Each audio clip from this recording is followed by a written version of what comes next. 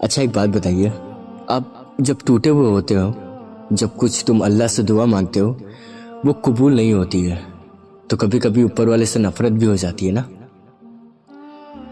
जो चीज़ तुम मोहब्बत करते हो ऊपर वाला से छीन लेता है, तो तुम सोचते हो कि ऊपर वाला हमारी कभी सुनता ही नहीं है। ऐसा भी फील होता है। तो आज आपको मैं एक ऐसी प्यारी स्टोरी बताऊंगा जिससे आपको पता चलेगा ऊपर वाला जो करता है हमारे लिए बेहतर होता है। और इस स्टोरी को पूरी अच्छी तरह ध्यान से सुनना। अगर इस वीडियो में कुछ भी जरा भी पसंद आए तो कमेंट करके जरूर बताना कि आपको वीडियो कैसा लगा, और मेरे वीडियो को शेयर जरूर कर देना। और आप नए आए हैं तो मेरे चैनल को सब्सक्राइब जरूर कर देना। जब हर दरवाज़ा बंद हो जाए, जब हर राह अंधेरी लगने लगे, जब आंखों से बस आंसू बहते रहे और दिल में सिर्फ दर्द हो, तब क्या करें। ये कहानी उन्हीं लम्हों की है जब इंसान रो रो कर अल्लाह से फरियाद करता है लेकिन जवाब नहीं आता।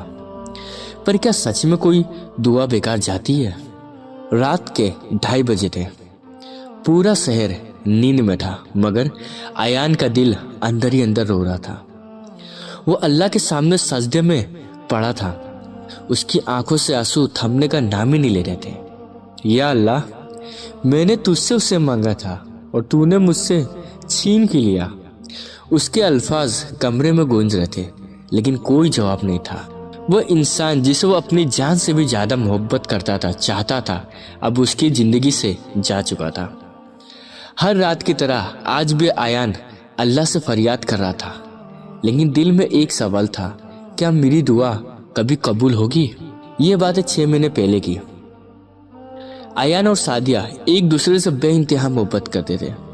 दोनों की जोड़ी ऐसी थी कि देखने वाले कहते इनका रिश्ता ऊपर से तय किया हुआ है, लेकिन तकदीर को कुछ और ही मंजूर था। एक दिन अचानक सादिया की तबीयत बिगड़ने लगी। जब डॉक्टर ने रिपोर्ट दी तो अयान के पैरों तले जमीन खिसक गई। सिर्फ 3 महीने, बस 3 महीने और वो जिंदा नहीं रहेगी। ये अल्फाज अयान के कानों में बार बार गूंज रहे थे। उसने अल्लाह के सामने हाथ फैलाया और रोया, गिड़गिड़ाया, या अल्लाह, उससे मुझसे मत छीन, मेरी उम्र उसे लगा दे। मगर सादिया हर दिन कमजोर होती जा रही थी। अयान अस्पताल में बैठा था। सादिया की सांसें धीमी हो रही थी। उसने कांपते हाथों से अयान का हाथ थामा और धीरे से कहा, अयान, अल्लाह से शिकायत मत करना, वो सबसे अच्छा प्लानर है। और फिर उसकी आंखें हमेशा के लिए बंद हो गई। अयान ने उस दिन अल्लाह से नफरत कर लिया। कैसा इंसाफ है ये, मैंने कभी किसी का बुरा नहीं चाहा, फिर मेरी दुनिया क्यों उजाड़ दी। उस रात वो खूब रोया, मगर कोई जवाब नहीं आया।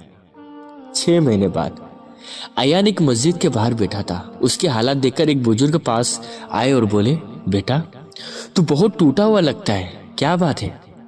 अयान ने रोंदे गले से जवाब दिया, मैंने अल्लाह से बहुत कुछ मांगा, मगर उसने मेरी एक भी दुआ कबूल नहीं की। बुजुर्ग मुस्कुराए और बोले, बेटा, क्या तू जानता है, जब हम अल्लाह से कुछ मांगते हैं तो उसके 3 जवाब होते हैं। पहली, अगर वो चीज तेरे लिए अच्छी है तो अल्लाह कहता है ले ले। दूसरा, अगर वो चीज तेरे लिए सही नहीं है तो अल्लाह कहता है इससे बेहतर दूंगा। और तीसरा, अगर वो चीज तुझे अभी नहीं मिल रही है तो अल्लाह कहता है सब्र कर, तेरा इम्तिहान ले रहा हूं। कभी सोचा अगर सादिया को लंबी उम्र मिलती लेकिन दर्द में जीना पड़ता, वो जिंदगी भर सिर्फ दर्द रहता, सिर्फ दर्द, तो क्या वो खुश रहती? बिल्कुल नहीं। अयान सुना और बिल्कुल चुप था। बुजुर्ग ने फिर कहा, बेटा, अल्लाह ने तुझे आज तक जिंदा रखा है, इसका मतलब है कि तेरी कहानी अभी खत्म नहीं हुई है। अयान की आंखों में आंसू बहने लगे। पहली बार उसे महसूस हुआ कि शायद अल्लाह ने उसकी दुआ सुनी थी, बस जवाब देने में देर कर दी थी। इस स्टोरी से हमें क्या सीख मिलती है? जब हम टूट जाते हैं, हम रो रो कर अल्लाह से फरियाद करते हैं और हमें जवाब नहीं मिलता, तो इसका मतलब ये नहीं कि हमारी दुआ कबूल नहीं हुई। कभी कभी अल्लाह हमें वो नहीं देता जो हम चाहते हैं, क्योंकि वो हमें उससे बेहतर देने वाला होता है। सिर्फ सब्र करो, क्योंकि अल्लाह बेइंतहा मोहब्बत करता है आपसे। अगर दोस्तों मेरी स्टोरी जरा भी आपको पसंद आई है तो कमेंट करके ज़रूर बताना कि कैसा लगा।